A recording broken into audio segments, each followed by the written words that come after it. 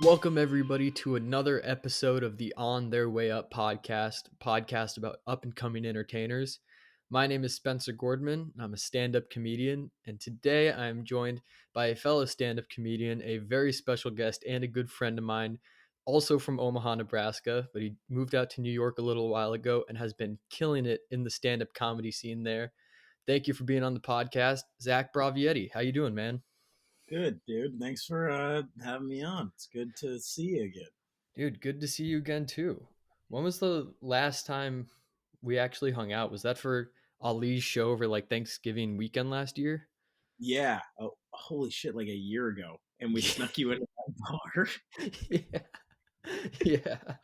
It Yeah, took like three different tries to get me in there, but we finally did. we did it. Oh yeah. Comedian determined. Yeah, anybody who does entertainment who's under 21, like half of the time you're doing it is just trying to figure out how to get into the bars you're not supposed to be in to do stand up or like hang out. Yep. I actually didn't know you could be under 21 and do comedy. That's part of the reason I waited for so long. Oh, interesting. Uh huh. That makes sense though, because like, I mean, you think all of it's in stand up is mostly in bars or just places that serve alcohol. So So like I called. Thankfully I gave the actually we probably start at the same open mic venue at the what was that place called in Benson?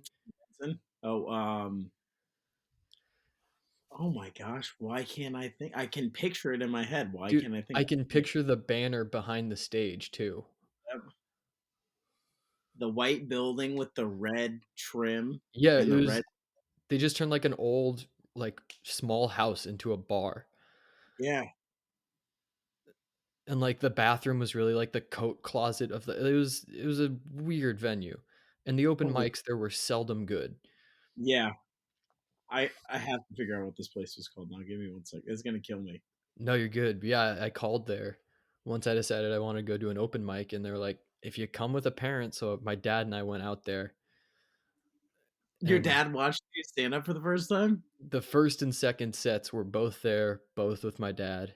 And he No. had to come to make sure that I did the material that I said I was going to do. So I didn't say anything like outlandish. Yeah. Which is like fair because I was 16. Like Yeah. when I was 16, I was like, oh, I was 16. Like who cares? But now I'm 20, which is still young. But it's like, oh, fuck, it was almost 4 years ago this March. Like I was a toddler. I still am a Right. toddler, but like I was straight up a newborn baby. Um. Yeah, that's nuts. I was first time I ever went on stage. I was 20. Actually, I was gonna wait till I was 21, and then when I was 20, my uncle had a friend who did comedy at this thing that met once a month, and he was like, "Yeah, you can come through and do a couple sets." Um, but I didn't really get consistent with it until I was 24. So I don't really count those first 4 years. That makes sense though, because it's like, Yeah. I mean, it's when you start doing it regularly and actually start like going and polishing it up. That's kind of like the start. But I mean, there are people who like you, the first time they ever got on stage to do stand up was a couple of years before they actually got into it for real. Yeah, I will say glad I got back into it.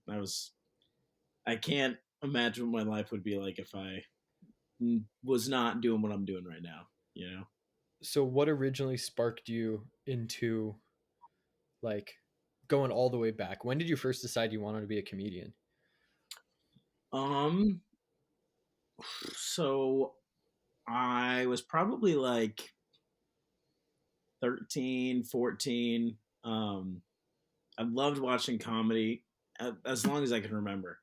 Uh, Middle school is when I really got into comedy, like watching Louis C.K., Early Aziz, Dane Cook, Jim Gaffigan, Barley Street um, Tavern. Barley Street Tavern. Thank you. Oh, Oh yeah, off oh 62nd and Maple. hmm but yeah, so uh, early Tom Segura, early Bill Burr, watching those guys. Hmm. I remember there was a time in middle school where you meet with your counselor and they're kind of like, what do you want to do for your life? How do you want to make your money? And I was like, oh shit, I hadn't really thought about that. Uh, You're like a senior in high school. yeah. I mean, I was 14. Like I wasn't thinking Okay, about yeah, what I was gonna do. You know what I wait, mean? Yeah. yeah, that's way too early to be asking these types of Yeah, questions. yeah. But I remembered thinking to myself, like, oh, if I have to work at all, then I'd want to do what they're doing. I want to tell jokes to people for a living. And I've always been kind of a class clown kind of guy, so it made sense. Um, Here we are, you know. It was 14 for me too. I remember I have the date. I was able to find it because I remembered it was a Sunday when it finally Yeah. hit me. That was it was like it was weird how it happened for me. Mhm. I don't know how it was for you. For me, it was like I was feeling, I was watching a shit ton of comedians in cars getting coffee. It's like I've been a big stand up fan since I was 10. First comedian I ever watched was Jeff Dunham. My mom introduced me. Oh And then shit! I remember him. Yeah, Fluffy yeah, yeah. was number two. And Yep. then from there was off to the races. But so September 24th, 2016. So then I was watching a shit ton of comedians in cars getting coffee. I think I was watching it through for like the second time. And for a couple of days, I was just like really antsy and like jittery. And I was like, something in my head needs to get out of my head, but I don't know what it is. I can't figure out what, but I just kept consuming copious amounts of stand up. I was like, Right, all I know is it's got to be something that has to do with this. So I right. was volunteering at my Sunday school at my synagogue, and I remember you had to put your phone in like this little cubby slot on the principal's door, so we weren't on our phones. And I was sitting there with like the whatever 9 year olds in the computer lab, and I was like just antsy and antsy. I was like, oh, I want to be a stand up comedian. I was like, is that what that is? So I ran, grabbed my phone, called my friend Ellie, who we've been friends since we were like, I mean, 10 or 11, like thick as thieves. I was like, Ellie, I think I want to be a stand up comedian. She was like, no shit. She's like, I've known this for longer than you've known this. And so I was like, fuck. So I immediately went home and started writing just dog shit jokes. But I was like, hey, I don't know. No, it's crazy. Like I feel like a lot of us, because I had not, I don't remember it that detailed, but I just remember it clicking when, like, oh fuck, I want to be a comedian. Like, like Yeah. I want to do that. It's so weird. Like I see a lot of people, especially here, who kind of do it like a hobby, and then I see people who this is their life, Hmm. and there's such a distinct difference. You can tell who has had that, like, oh my, this is my calling moment, and who's like, oh yeah, that would be fun, that would be cool. Oh, totally. I mean, you Yeah, see it everywhere. And like honestly, there are times when I go, I'm envious of the person who just does this as a hobby and yeah, doesn't have these giant dreams and aspirations because it is so difficult. I mean, it is such a grind. yeah. It's daunting for sure. I'll tell you what. The longer I've been in New York, the happier I am I didn't start here. It Yeah. is the comedy scene here is the best in the world for sure. Um, and now that I'm almost a year in here, I've gotten to the point where I'm just doing shows. I don't have to go to open mics anymore. Nice. Um, and now comedy's fun. Now I'm booking shows. I'm meeting like real comedians. Like today I just did a show with Sasha Mercy. She's Bill Burr's opener. Oh, get out. Sunday I did a show with Marcelo Hernandez. He's one of the new guys on Saturday Night Live. Like, Fuck so yeah. it's cool that I'm doing all these shows with all these like comedians, like real, comedians. Yeah. Um, but I'll tell you what, the first kind of couple months trying to get your feet wet here, oh, it is a dog eat dog scene in here. Do you remember That's like the open mics where it would be just comics back in Omaha and be like, oh, this is shit. Like this isn't even really worth our time, yada dude, yada. I just came from one tonight. Like Yeah, yeah. that's all of the mics here. You're there's like maybe two mics in the whole city where there's gonna be a real person there. So it's brutal. And everybody here is busting their ass because everybody that's here is trying to do it for a career. Right. Um, there's not a lot of people who are just doing it for fun.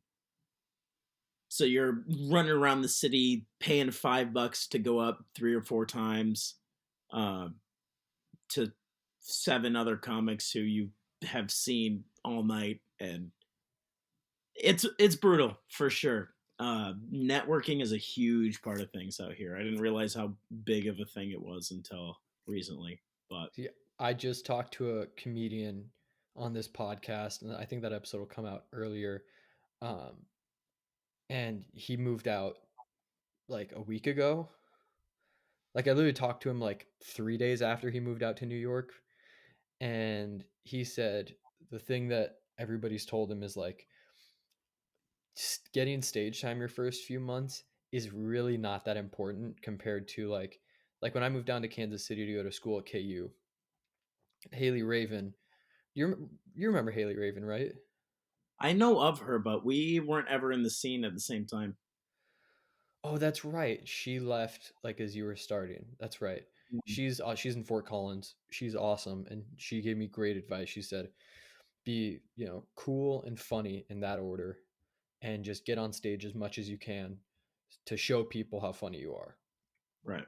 But the comedian that I talked to, uh, he said like the advice that he was given, and I want to kind of see what your take on this is he Hmm. said it's more important to go to clubs, hang out, network, meet all the comics, meet the bookers, and like hope that somebody misses their train and you get a guest spot, or they put you on the late show or whatever. Is Right. that kind of what your experience was? Um, I would say that's very dependent on where you are in your comedy career. Okay, It's he's like a decade in. Yeah, He's traveled then a lot, so for him, 100%. okay, Um, because going to Mike's isn't going to do anything for him.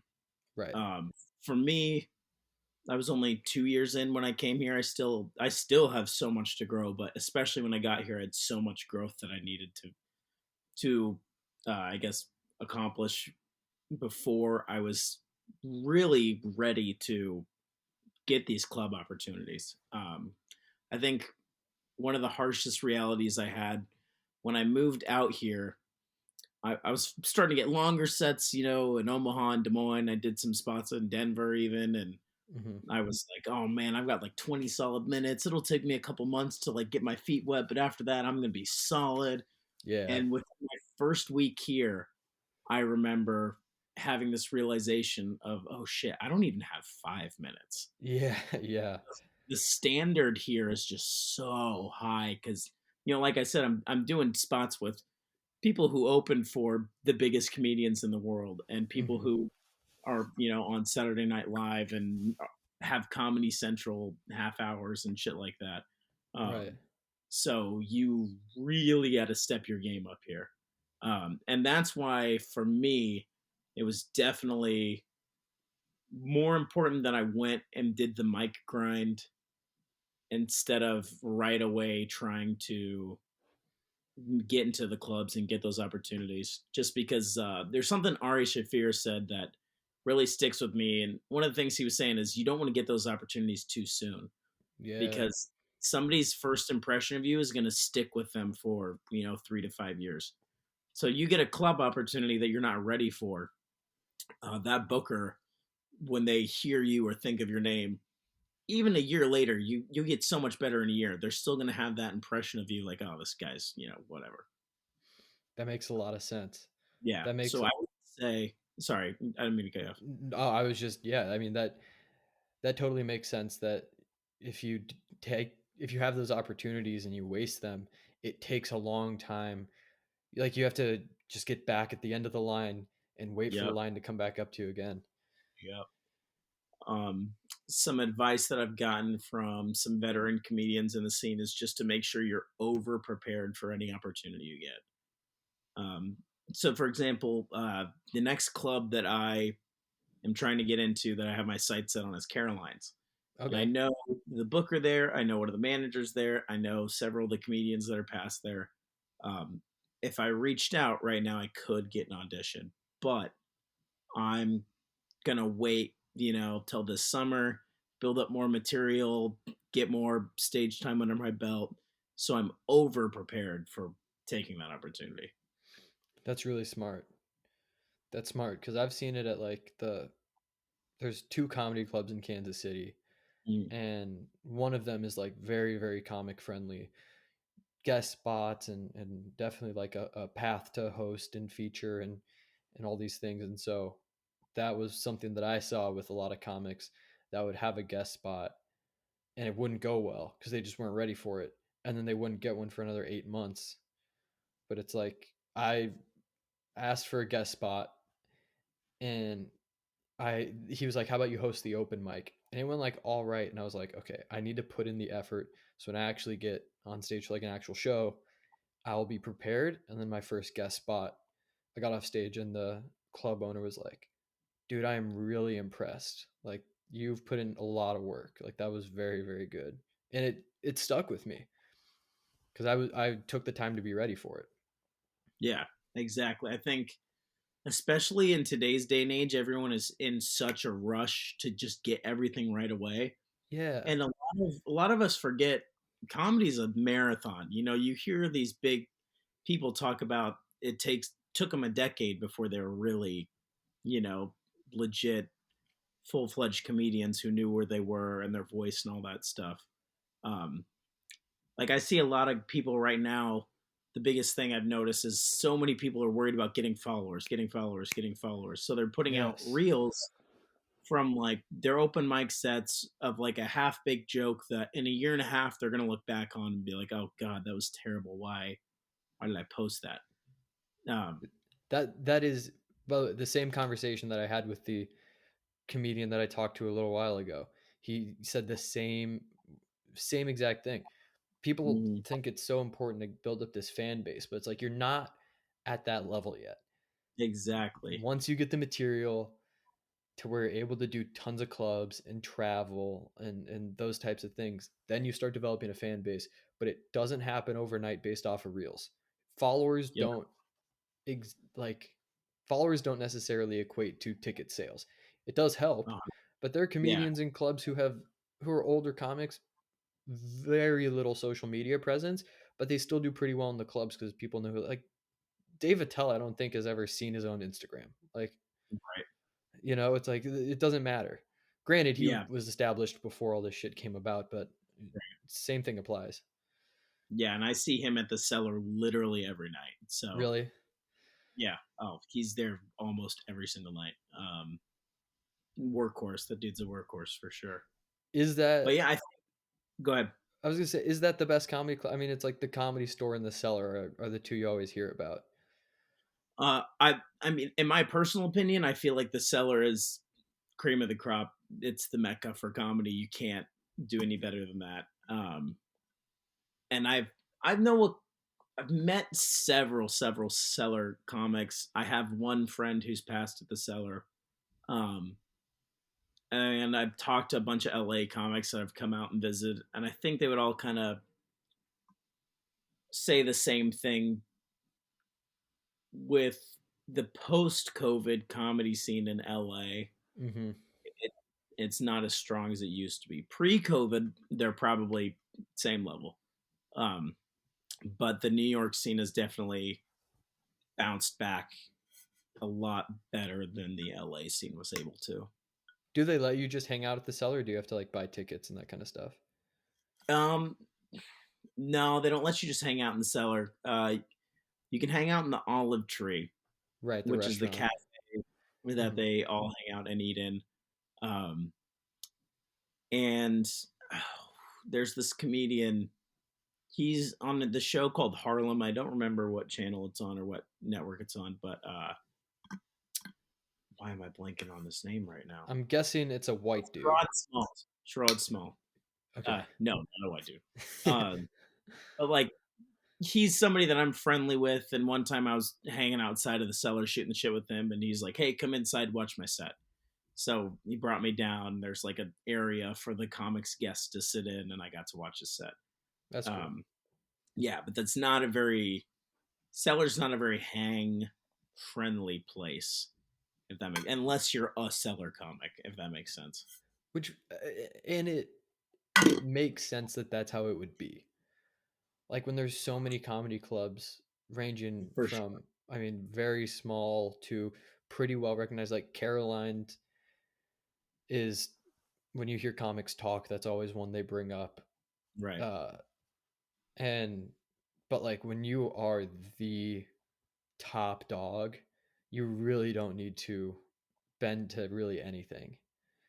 Yeah. And I think another reason they don't want to have a super hang friendly environment is it would just be 100 open micers trying to hang out with Chris Rock, you know. Oh yeah. uh, it would ruin the hang environment for their comics. Oh, it'd be chaos. It would be So impossible chaos. yeah, so I understand it, I get it. And I think that makes it cooler for when you do eventually get past there. It's like, oh man, I can hang here now. I'm like, I'm in the club, you know. Yeah, things being difficult doesn't make it bad.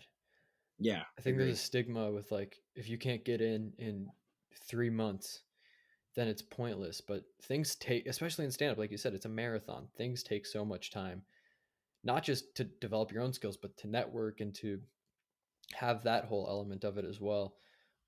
It's a grind. You have to be willing to put in the time. But yeah, it makes it so much more worth it when you actually get that thing because you know how long it took you to get there. 100%. Yeah. How are the crowds in New York? Um. I've heard they're very liberal, but I don't know if that's your experience. Uh. In Brooklyn, 100%. The interesting thing about the New York scenes is the city is so big that you have subsects of scenes within Right. the big scene. So Brooklyn, for example, it's very PC. It's very alt. Um. They're I don't want to say they're more worried about inclusion than talent, but they're very inclusion heavy. They want to make sure all their lineups are diverse um, before their lineups are solid, if that makes sense. Yeah, it's a Um, bunch of blue hair liberal, weed smoking, Biden sucking. Again, the yeah, essentially it's Brooklyn's the people that are ruining the country. Continue. Your words, not mine, but I'm with you. yeah, no, for sure. Um, a lot of the writers come out of Brooklyn. A lot of TV writers come out of Brooklyn. That checks Um, out. yeah, but Manhattan is very what you would picture comedy to be, because you have Tim Dillon and Louis C.K. and David Tell and Ari Shafir and all these guys. They do spots all over Manhattan. So Right. Manhattan is very, I would say it's very neutral. What the average American's political identity is, I feel like the average American is somewhere in the center. Oh yeah, for Um, sure. and Manhattan fits that. The Manhattan Okay. audiences are mostly in the center. Um, the other interesting thing I've found is it's not, I guess, the borough, but it's if you're getting a New York audience or a tourist audience. Yup. Uh, New York audiences are very gruff and you see people literally shit on the sidewalks and homeless dudes jacking off on the subway. People are very jaded. They're very hard to break through and get to. Yeah.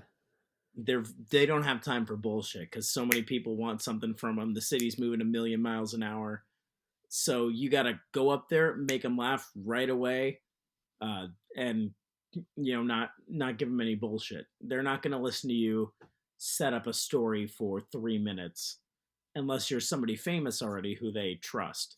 If you're Right. somebody they don't know, you've got 15 seconds to get up there and get a laugh out of them. Which is Um, probably so good for you developing as a comedian.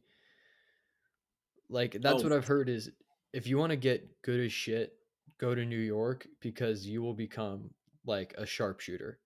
yeah, I've definitely noticed already. It's made iron sharpens iron. It's definitely made me better, Mhm. 100%. On the flip side, if you get an all tourist room, it's very common. One of the clubs that I perform in, um, Grizzly Pear, they're block over from the cellar. So Okay. that area has got tons of tourists that come in. They just want to see a comedy show.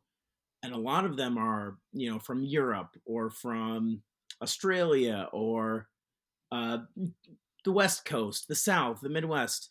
Hmm. They're not all going to understand every single reference you make. If I reference, like I work in Tribeca, if I say, oh, I'm working in Tribeca, that means nothing to somebody from London, you know? Right.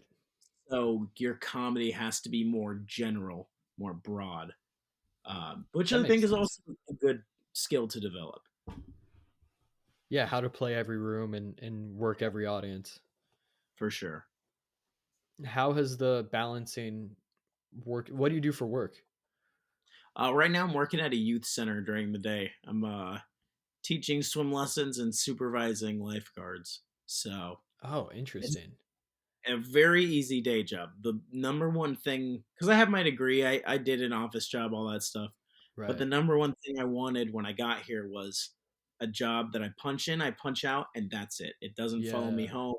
It's not on my mind. Work is at work, and that's it. Um, so something simple like that fits that need. Oh yeah, A lot of because you don't. my friends, yeah, yeah, go ahead. Yeah, you don't want to dig into any stand-up time, both like as far as doing stand-up and also mentally, because that's what you're there for. So don't tarnish it. 100%. Yep. I notice a lot of my friends who have, office 9 to 5 jobs, they'll have to skip out on a night of comedy because, like, oh shit, I have this meeting or I've got this big report that I have to finish tomorrow. And it's just another distraction, another thing to hold you back from putting 100% into comedy. So And that's wanted to make sure that was, yeah, as minimal as possible. and so you've because you kind of have that job and had that mentality going in. It seems like it's been a little bit easier to balance the work and the stand-up compared to like some of your friends. Oh, for sure. I mean, stand up's my life now. I think last week I did 19 shows. Yeah, it's crazy. So it was a long week, but it was a ton of fun. Um, but I mean, there's little to no work life balance when you're trying to come up in the comedy scene here. You work your day job, you immediately go do comedy all night, go home, sleep, repeat. Oh Um, yeah, when you can get to a point where you can just do comedy, then you have your mornings to, write, go to the gym, whatever, whatever. But currently, I'm lucky enough, I'm fortunate enough to be booked every night. So, yeah, I mean, that's my life. I go to work, I do comedy, which is a blessing and a curse. It's my favorite thing to do. There's nothing else I want to do with my life. But let's dating, for example. I don't have a single night I can take a girl out. So right. it's sacrifices you have to make for your career. Because like you could technically say no to being booked one night, but like, can you really? Exactly. I personally couldn't say the guilt would eat me alive. Like every time an opportunity comes up that even if it's not my fault, I can't make it. Let's say I'm out of town for like a wedding or something. Whenever there's an opportunity that comes up that I can't get, this little voice in the back of my head is like, "Oh, this is why you're never gonna make it." So that little voice keeps me from saying no to any opportunity. It doesn't matter how tired I am, how shit the show's gonna be. I always make myself say yes. Comics are so self-loathing. The good ones are. The ones who will make it hate themselves and everything they're doing, which is Hmm. the key. Yeah. Like if you're not having like if you have a pretty good set, good comics will be like, I ate a shit sandwich. Yeah. Like that's just I mean it's brutal, but again, like it's the thing I've noticed about comedy is it weeds out the weak because of how long it takes. You can't Oh, just be a one-hit wonder. Those yep. don't exist in stand-up. Which, is one of my favorite things about it is the people who are really serious about it. I feel like we all have a very similar mindset, a similar thought process. And so when you're hanging out with other comedians, it's like, at least in New York, I felt like I found my tribe. The Yeah. city is massive and there's so many people. And I moved here with nobody. I didn't know anyone, have no Mhm. family out here. So when I finally got ingrained into that comedy community, it was like, oh, I found my people. I have, I can go over to this club and I'll know 5 or 6 people, and then run over here and I'll know a couple people. And it really makes the giant city feel so much smaller. It's it's great. It's great. Well, yeah, because it's so massive, and it's so much to wrap your head around when you see, even just within stand up, everybody you don't know. And there are Mhm. so many people. But if once you start to develop those relationships, it makes every spot feel a little more homey. For sure. And I will say the other thing too is 99% of comedians are the coolest, nicest people ever. Yeah. Like there's some of the spots that I do have to bark for, which sucks, but yeah, it's part of the grind. Yeah. Um, and I bark next to the Comedy Cellar. I bark in the same block as the Cellar. Whenever I'm barking, Jim Norton will always say "What's up?" Louis C.K. will say "What's up?" Um, Oh, cool. yeah, just like these big guys who have no reason to be nice to me. Yeah, but they're like they see, oh, he's a young comic, he's going through it, and they give me the time of day to just say, hey, how's it going? Um, which is so cool. I feel like a musician or an athlete or a movie star would never take the time to do that. But I mean, I've had conversations with Ari Shafir, nicest dude. Yeah, Um, just don't put your drink near well, yeah. Uh, him. met Dave Chappelle, super nice. Um, Damn. just Louis was really nice to me the first time I saw him and talked to him. Um, the only ones who are kind of dicks are those middle people who feel like they're higher than they actually are, and so when you don't know them and you're not kissing their ass, they're kind of like, you don't know who I am, and the Yeah, people that yeah. are the comics that are insecure are the only ones that are dicks. That is the word I was just about to say. Yeah, Yep. insecurity. That's all that is. Is they know that they're not the big shit that they think. They Yep. they they know they're not what other people think they are. Like, yeah, Yeah. it's so obvious. But but yeah, I think with comedy, because everybody kind of has to go through that shitstorm of being a young comedian, and it's so tough. And Yeah. not to mention the best ones will restart their stuff. Like in music, you can make two great albums and that's the rest of your career. And you can tour for the next 40 years off of two pretty decent albums and just a couple big hits. But in comedy, the people like Louis who are cranking out a new album every year and year and a half, they have to re-go through that process and put in the work to stay at that top level. So I think they especially recognize, somebody who is putting in a lot of work because you have to do that still as a comedian if you want to stay at a high level. Yeah. That's the thing I've noticed too is guys like David Tell, the guys that Louis and Dave, that are older, they're in their 50s. Fuck, Dave's in Tell's in his 60s, I think. Yeah. Um, they're still out there grinding it out every single night. Um, and there's not a lot of guys out there like that. You gotta really, really love this game to do that. And like you said, it's not like music where you can write a couple good songs. There's your career. Like Vanilla Ice made a whole career off one song. You're never gonna make a whole career off one joke. Yeah. I mean, But Bert yeah, Kreischer's come close, but well, that's true. no, I saw him do his special in Omaha. Yeah, It was really good. killer. It was really, really good. Uh, I don't know if I would go see a special taping again, Mm-hmm. or if I think the problem is I went to like the first show. He did like Thursday, Friday, and I went to early show Thursday, which typically if you're doing a special, the first show you do everything the most polished, and then you Yeah, loosen up the rest of the shows. Um, and so it was very very polished, not a lot of fucking around and free balling it. So which like he's not known for that, but definitely when you go see Bert, kind of the expectation is like he'll go off on a little bit of a tangent or he'll tell old jokes and stories. But because we're early show, first show of the special taping, like that didn't really happen, which is fine. Totally understood it. But I think I would go to one of the later shows or just not go see a special taping at all. But it was cool to be like, hey, they're filming a Netflix special and I'm watching it live. Yeah, and that's insane to me that he filmed that in Omaha of all Yeah. places. The only other guy was Adam Devine, who's from Omaha. It's from there, so it makes sense. I don't know why Burt Kreischer decided to film it in Omaha, but that's cool. I think it's great. I don't Um, know. It was funny because Keona's was working the security. mhm. So we were like chit chatting and stuff. And I sent him like a picture of the top of his head. He was like, "Where the fuck are you?"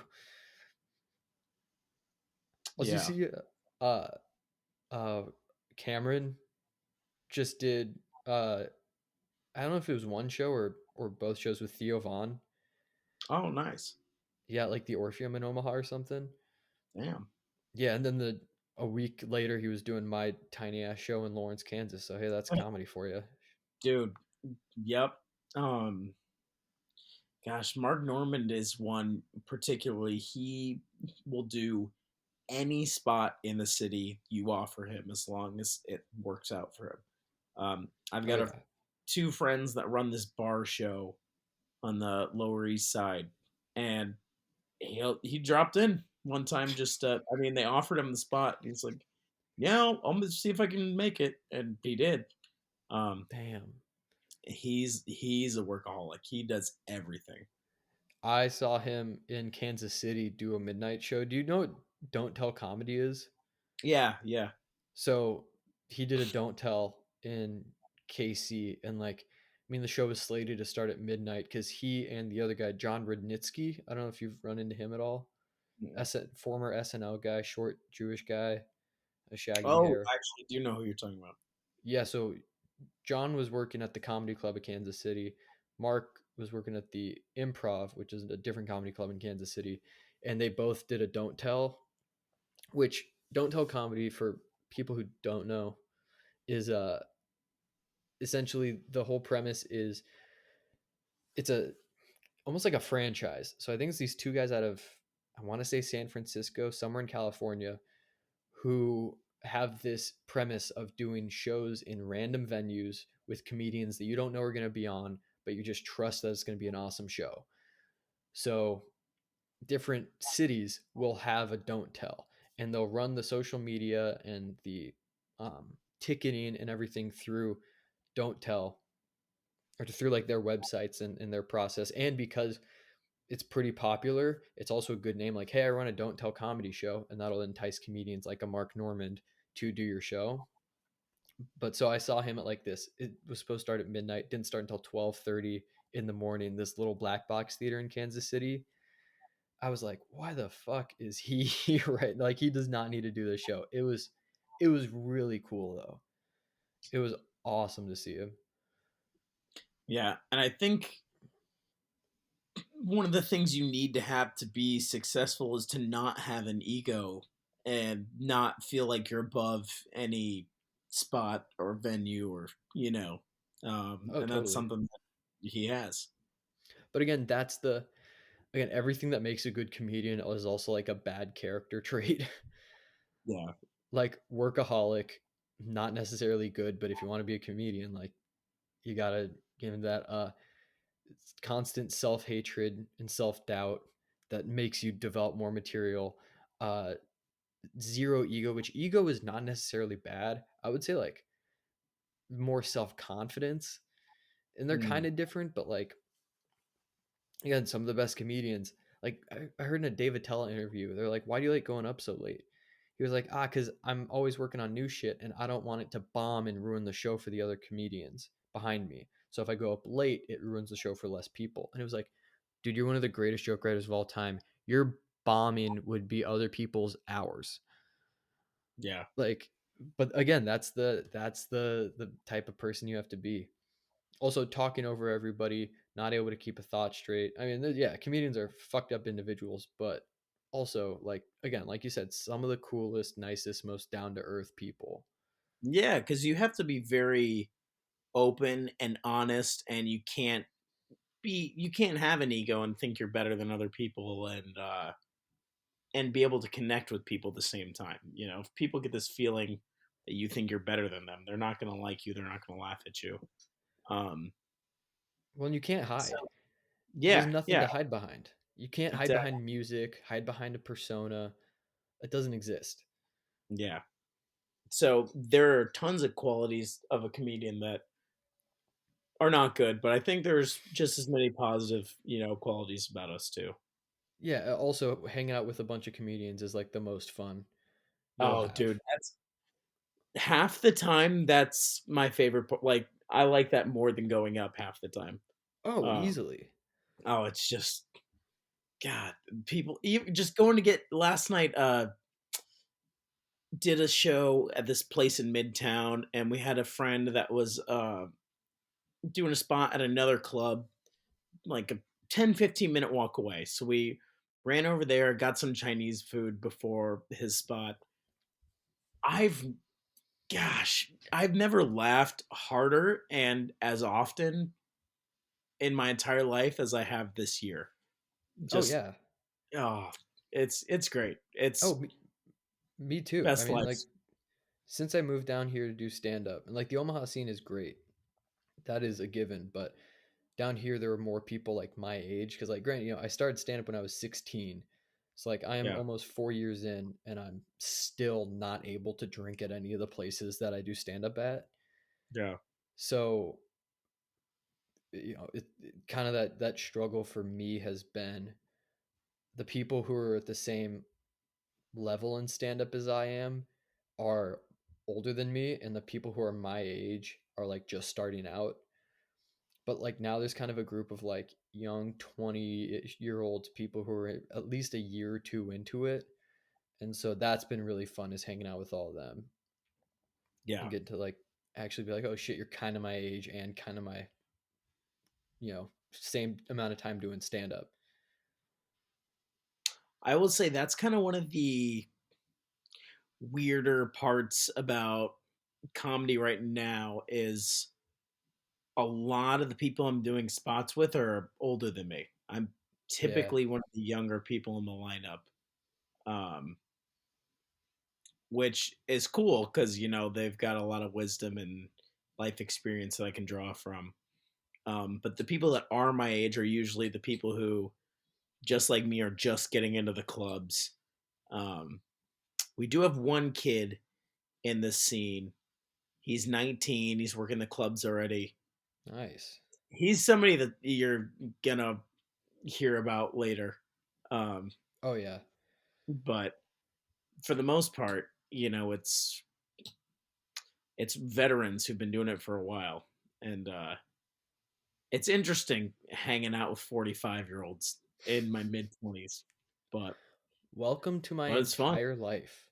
Yeah, yeah, Well, yeah. By the way, if there's one thing that you could come to me for advice in, it is being the young whippersnapper yeah. That's true. amongst all the old heads. Like that is that. I mean, some of my some of the people I was closest with when I was in Omaha were 10, 20 years older than me, like easily. Yeah, Like it's so. I mean, even then, like when I was 16 and somebody is 21, that's like 33% older than me. yeah. Like I mean, I've been the young kid for forever, and now it's good that there are more people my age that I can hang out with. And obviously everybody's all kind of hanging out together. And Kansas City is not a big scene at all, so it's everybody kind of knows everybody to begin with. But there was a moment when I came into the scene where there was a lot of young, especially like just young white brown hair dudes fucking starting stand up around the same time when I moved down here.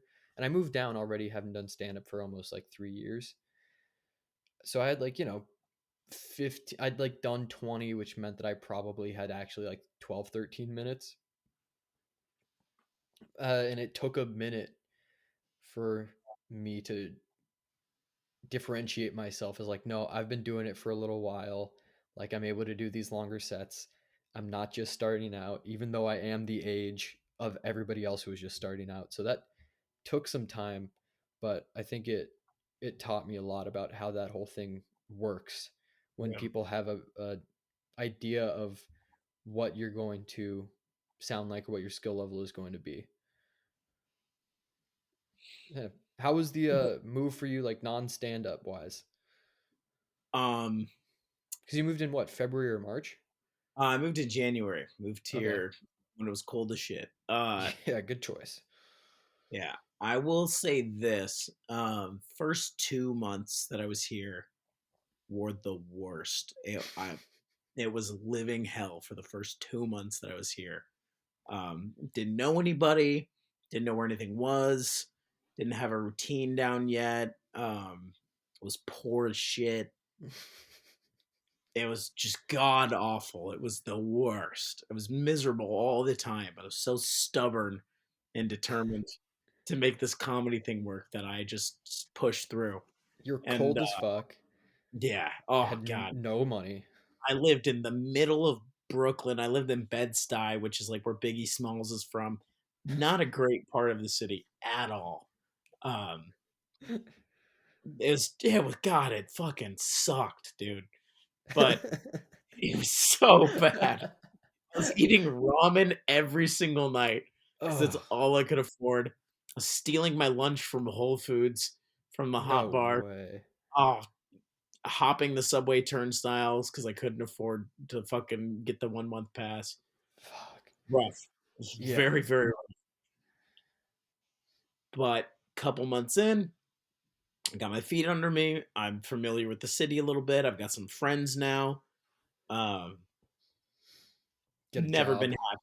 Yep, never been happier. It's the best. There's so much to do all the time. I've always loved the ocean, and I know you don't typically think of New York City as being on the beach, but it is. It's on the beach. The ocean's right there. Um, Wow, fun geography facts with Zach. Zach, yeah, tell us more about how New York is actually on the ocean. yeah. Buckle up, kids. But Yeah, for those of you who'd never learned that Ellis Island wasn't in like the middle of one of the Great Lakes, yeah, Zach, tell us more. Ellis Island is Fucking actually in the middle of the Missouri River. Uh, yeah, it's like under the Mormon Bridge. yeah. But no, I've always loved the ocean. So like here in the summer, I got the chance to go to the beach all the time. It was great. Um, Drinking here is a shit ton of fun. Oh yeah, I Uh, bet. there's just I don't know what's your viewership. Can we be X R rated? Yeah, whatever. Okay. It is so ridiculously easy to get laid in this city too. Yeah, there's Uh, like 7 million, 8 million people.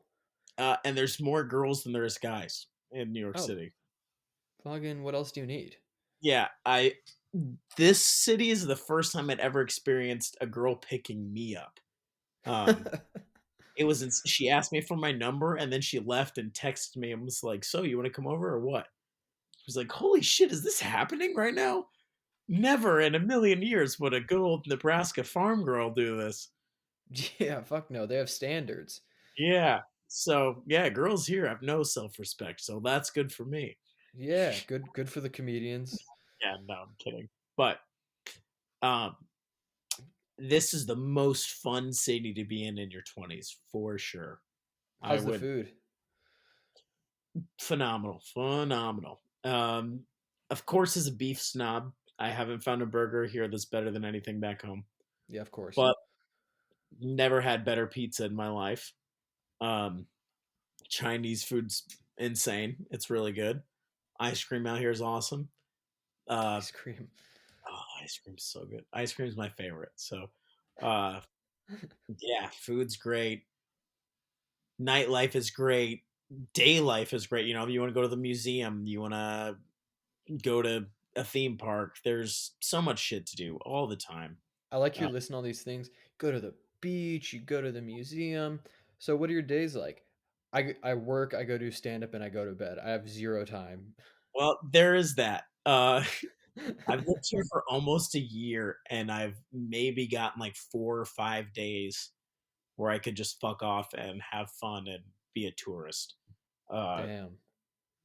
but it makes you savor those days even more, you know? What a silver lining to that.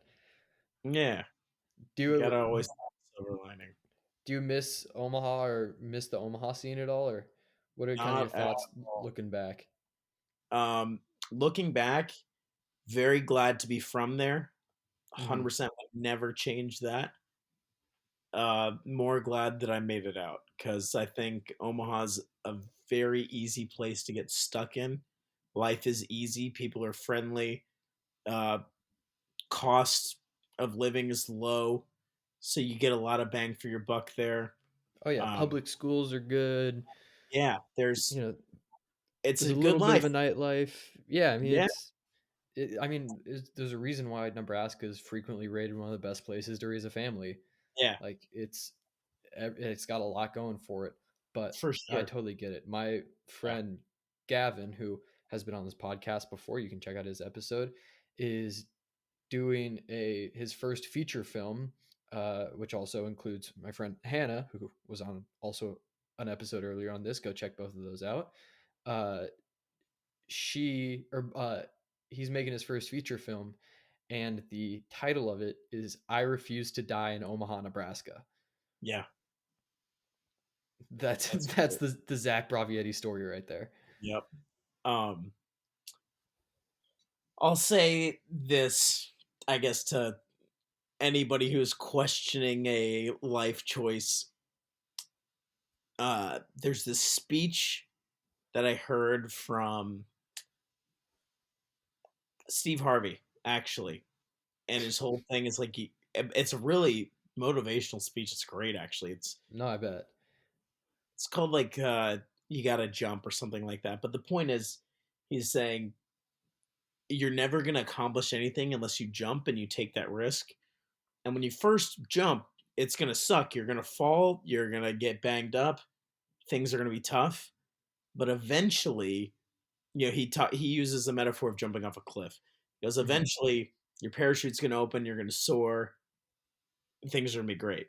And I would say that's definitely something I've personally experienced from moving here. Is first couple months awful, god awful. Every single day, I was like, why did I do this to myself? What am I doing with my life? This was the worst choice I've ever made.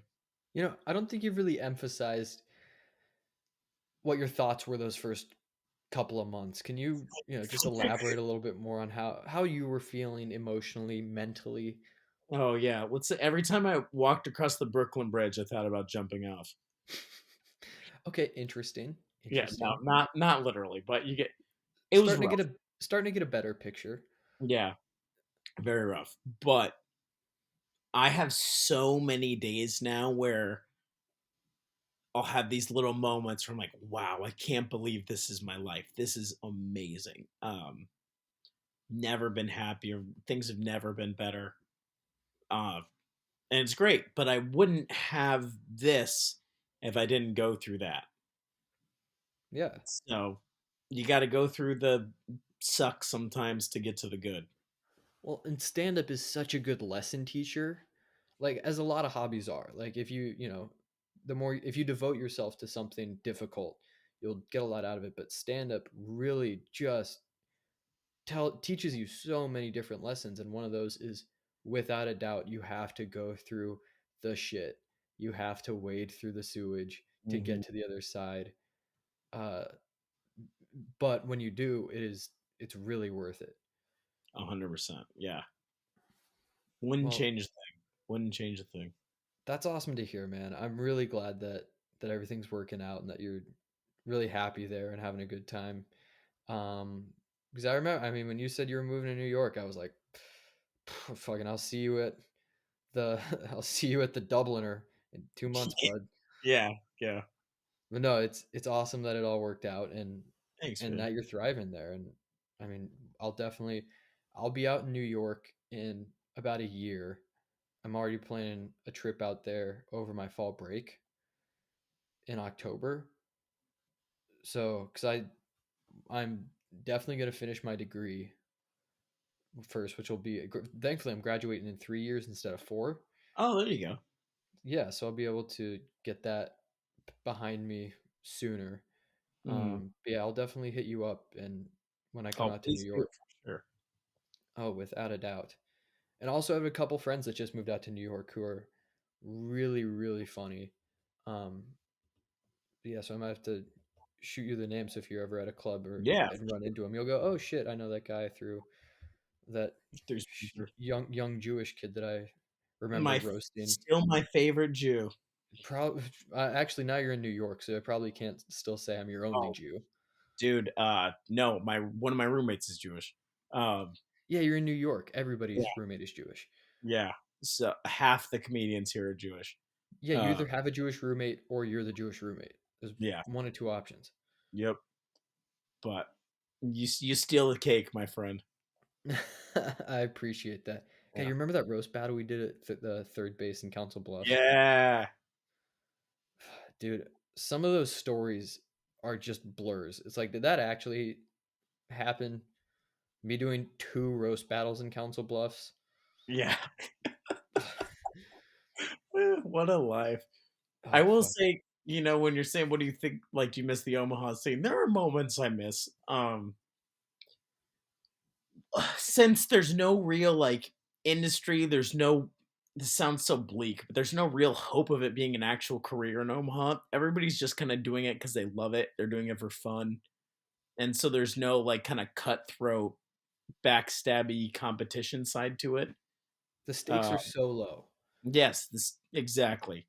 Um, and that was fun. We go do some shitty bar show together. It sucks. We all laugh. We have a good time.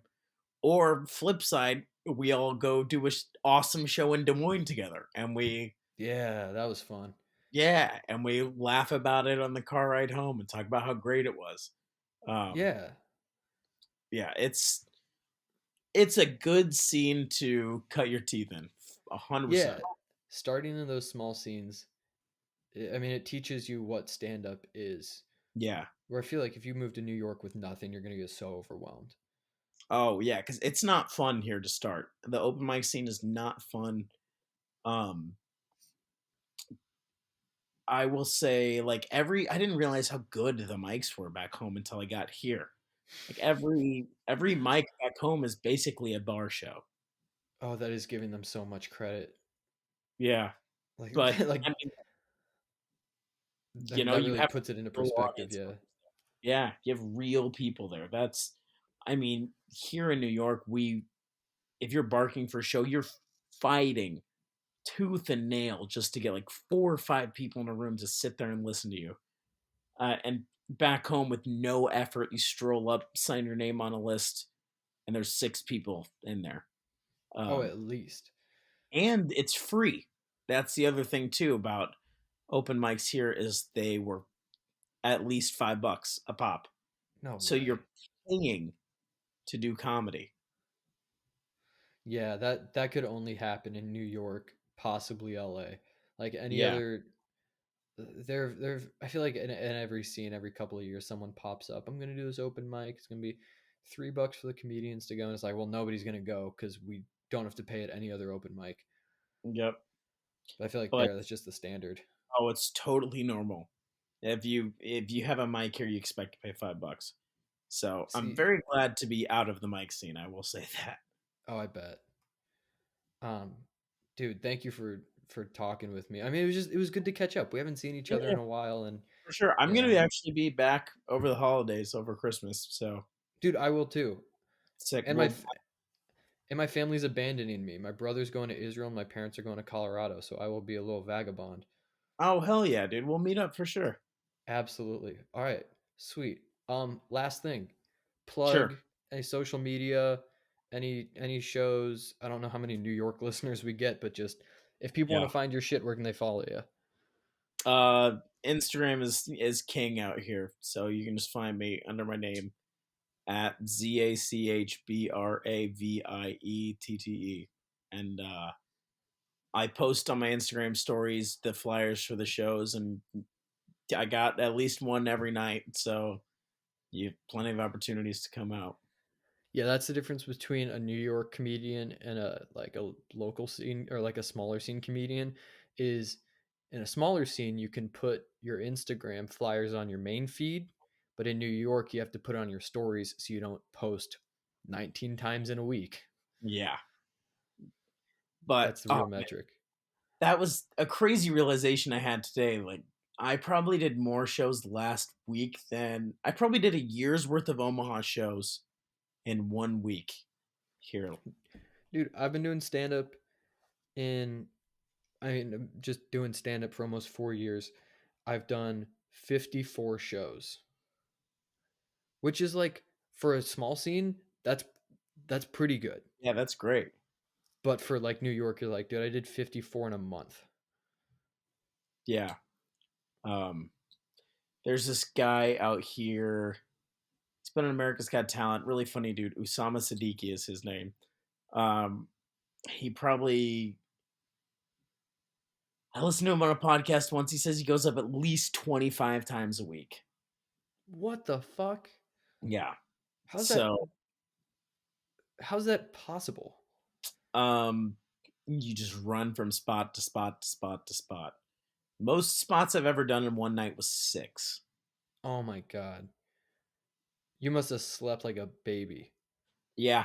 Yeah. I crashed pretty hard. I will say after the third spot, it starts to wear on you a little bit. Like, really test of wills.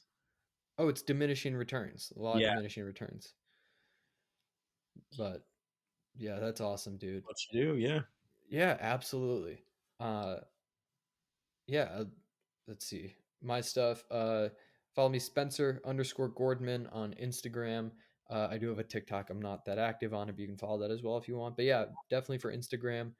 Um, and then the show, more importantly, thank you guys for listening. Please subscribe wherever you are listening to this. Also, if you want to watch us, like, see both of our beautiful short white faces, fucking, dude, I'm gonna pull. You know what? I'm just gonna put the picture. You remember the picture at the roast battle that made you look like you were 4'11"? Yes. Yeah, I'm gonna definitely be putting that. Probably just right here if you want to look at it. Um, Yep. That's on my Instagram too. Seldom does the top of my head get cropped because I'm so much taller than somebody. You're what, like 5'5"? 5'7". You're literally like 2 inches taller than me. But that picture, whatever. I'm not complaining. You were the one who got shafted by looking like a midget. But what can you Yeah. do? Yeah. Um, oh, but yeah, so follow, subscribe where you're listening. Yeah, if you want to watch and see that beautiful picture that I just brought up, go to YouTube or you can watch on Spotify as well. And then there's an Instagram and a Twitter. I'll post updates on when all the podcasts come out, who's going to be on them, as well as some clips. I know I haven't been very active on the clips, but this winter break, I'm going to have a lot more time to edit and put stuff together. So hopefully, releasing a lot of those. Um, I think I covered everything. You got anything else? No, Kanye was right about everything. That's all I gotta say. That's so funny. Dude, I was talking about that on stage tonight. I was like, people, who know me and who know I grew up Jewish will hit me up like every couple of weeks or couple of months, like, hey man, are you okay? It's like, why? What happened? They're like, you didn't hear about Kanye? It's like, is Kanye killing Jews? He's like, no, he just said some mean stuff about him. I was like, oh, that is the least of the worries. Yeah. Like the fact that he kept it to Twitter and maybe an interview, like that is the most we could ask of that guy. Yeah, it's so crazy you having that take on it because here people are like comparing him to Hitler and saying he's trying to start a new Holocaust. And Again, I haven't read like anything that he said, so it could be right. awful. But there's a comedian, Sam J, who I got to see at the Comedy Club of Kansas City. Oh yeah, I've met her a couple times. Yeah, so funny. Um, and it was that weekend, and she was talking about it. And she was like, I'm paraphrasing. She is hilarious. Obviously, that's why she's on like Netflix and things. But essentially, it was like, yeah, Kanye's a crazy person. Like we've known Kanye is a crazy person for years. Go back to the rap lyrics. Go back to all of his interviews. He's a lunatic. So when you ask a crazy person what they think about Jews, he's going to give a crazy answer. Like, how did that catch anybody off guard? Which is Yeah. 100% true. Like, people were asking me, they're like, "Oh, are you okay? What do you think about this?" And I'm like, "I think Kanye's a lunatic." And you asked a lunatic what he thought about Jews, and he gave a lunatic response. Like, could I be less shocked? Yeah. That'd be crazy if you see him walking around the streets of New York. Yeah, and he lives in the middle of nowhere, Wyoming, or Yeah, whatever. checks out. So Well, dude, thank you again for being on. So good to talk to you. Yeah, definitely. We'll hit each other up when you get back in town. for sure. Thanks for having me, dude. I can't wait to I see you in a couple weeks. My pleasure. Absolutely my pleasure. I think that's it. Well, everybody, thank you for listening. Subscribe, follow both of us, all that good stuff, and have a good rest of your day.